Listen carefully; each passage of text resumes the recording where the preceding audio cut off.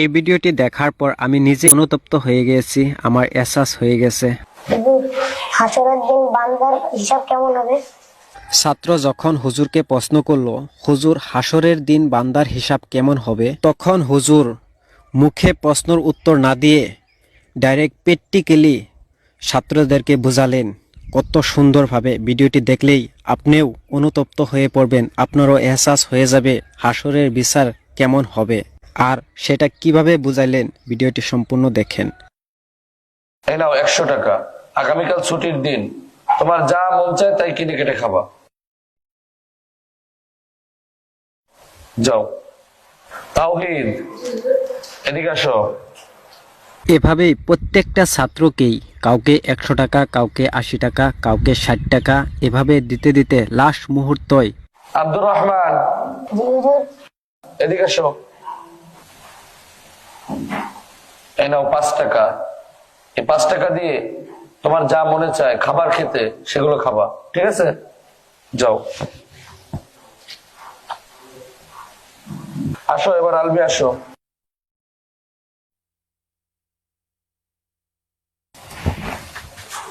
এই নাও 1 টাকা।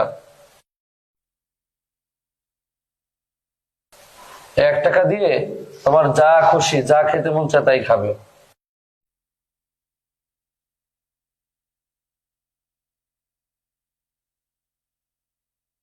এভাবেই হুজুরে কাউকে বেশি টাকা, কাউকে কম টাকা দিল। যারা বেশি টাকা পেয়েছে তারা মনে মনে অনেক খুশি, আর যারা কম টাকা পেয়েছে তারা খুশি হতে পারে নাই। তারপর হুজুরে কি করলো দেখেন। শোনো, আগামীকাল তাহলে সাপ্তাহিক ছুটির দিন, তোমাদেরকে যে টাকা পয়সা দেওয়া হয়েছে তোমরা সকলেই তোমাদের ইচ্ছা মতন খরচ করবা, কিন্তু শনিবার সকালে নাস্তার টাইমে বোর্ডিং ঘরের সামনে এসে তোমরা কে কি খরচ করলা সবকিছুর হিসাব দিবা, ঠিক আছে? তাহলে যাও। এভাবেই হুজুরের কথা মতো ছাত্ররা ছুটির দিন যার যে ইচ্ছা ওই মতে নিজে নিজের টাকা খরচ করলো।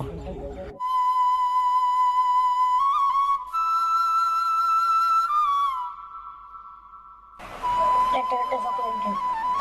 টাকা নাই তোমার কাছে? হ্যাঁ, একটা চকলেট দেবো?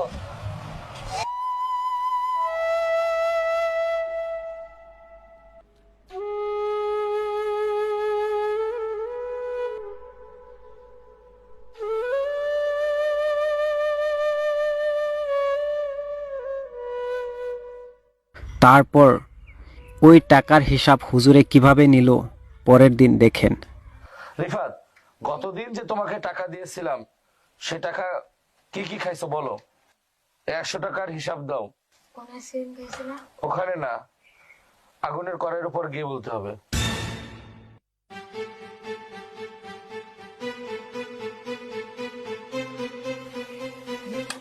আগুনের কড়াইতে। দাঁড়া দাঁড়া, জুতা খুলে, জুতা পরে না, জুতা খুলে গিয়ে হিসাব দাও।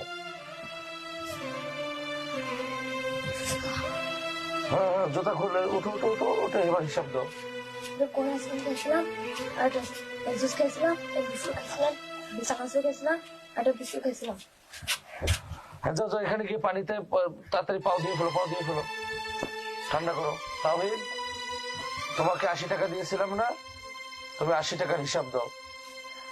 ওই আগুনের কড়াই থেকে হিসাব দাও। তাড়াতাড়ি যাও, যাও, জুতা খুলে যাও, জুতা খুলে যাও। হুজুর, 30 টাকা দামের একটা জুস খাইছিলাম, 20 টাকা দামের বিস্কুট খাইছিলাম, আর 30 টাকা দামের একটা আইসক্রিম খাইছিলাম। পাপড়ে যাও যাও, ওই যে পাও দাও, পানি দিয়ে পাও দাও, তাতে ঠান্ডা করো, পা ঠান্ডা করো, দ্রুত দ্রুত যাও। তোমাকে 60 টাকা দিয়েছিলাম না, ওই 60 টাকার হিসাব দাও। এভাবেই হুজুরে প্রত্যেক জনের কাছ থেকে পই পই করে প্রত্যেকটি টাকার হিসাব নিল। যার টাকা বেশি তার হিসাবও বেশি, আর যার টাকা কম তার হিসাবও কম। যারা টাকা বেশি পেয়েছিল আর হারছিল, আজকে ওই টাকার হিসাব দিতে যাই তাদের ঠেঙে ফুসকা পড়তেছে, আর ওই ফুসকার জ্বলন্তিতে তারা আজকে কাঁদতেছে। আর যারা টাকা কম পেয়েছিল তাদের হিসাবও কম, তারা আজকে হাসতেছে আর হাসি মুখে ওই টাকার হিসাব দিতেছে। তোমাকে 1 টাকা দিয়েছিলাম না, তুমি 1 টাকার হিসাব দাও।